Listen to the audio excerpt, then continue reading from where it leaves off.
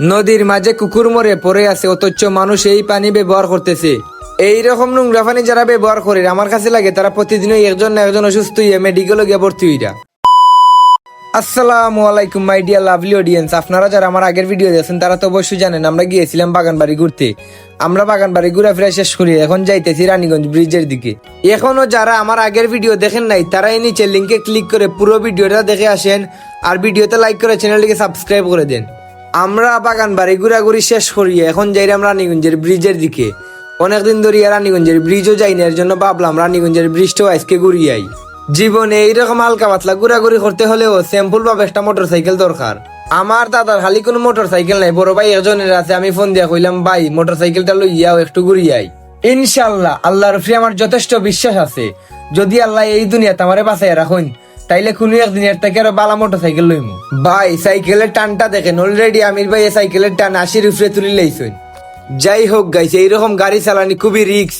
আমরা রাস্তা খালি পাইছি, এর জন্য এইরকম স্পিডে গাড়ি চালাইলাম। সাইকেলের পিছনে সিটে বইয়ে আমি যাইতেছি আর ঠান্ডা বাতাস খাইতেছি। এই বাতাস লাগার কারণে আমার বুকের মধ্যে ঠান্ডা লেগে গেছে। গাইস এই ঠান্ডা লাগার কারণে বর্তমানে আমার 80 ডিগ্রি উপরে তাপ উঠে গেছে, এর জন্য আমার ভিডিওতে বয়স দিতে সমস্যা হচ্ছে। অবশেষে আইলাম আমরা রানীগঞ্জের ব্রিজের সামনে। এখন রানীগঞ্জের টুল বক্স দিয়ে উঠতেছি ব্রিজে। এই ব্রিজে সাইকেল নিয়ে উঠতে গেলে মাত্র 10 টাকা দিতে হয় টুল বক্স, এর জন্য আমরা টুল বক্সটা দিয়ে যাইতেছি ব্রিজের দিকে। আর যে ঠান্ডা বাতাস, এই বাতাস দেখি আমি হয়ে গেছি হতাশ। কিন্তু আপনারা আমার মতো হতাশ হইেন না, আপনারা যদি হতাশ হয়ে যান তাহলে আমার ভিডিও দেখবো কে?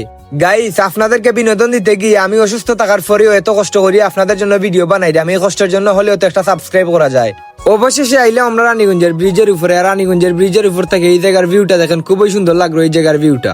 আর গাইস আপনাদেরকে একটা কথা কই, 1 বছর আগে এই রানীগঞ্জের ব্রিজে একটা অ্যাক্সিডেন্ট হয়েছিল। অ্যাক্সিডেন্ট হওয়ার পর মানুষটা স্পটেই মারা গেছে।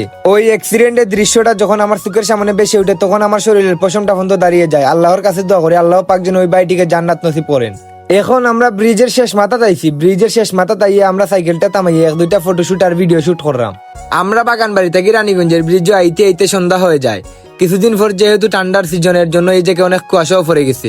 যাই হোক গাইস রানীগঞ্জের ব্রিজে আমরা ঘুরাঘুরি শেষ করি এখন যাইতেছি বাড়ির দিকে। ততক্ষণে আপনারা ভালো থাকবেন, সুস্থ থাকবেন, আর ভিডিওতে লাইক করে চ্যানেলটিকে সাবস্ক্রাইব করে দিবেন।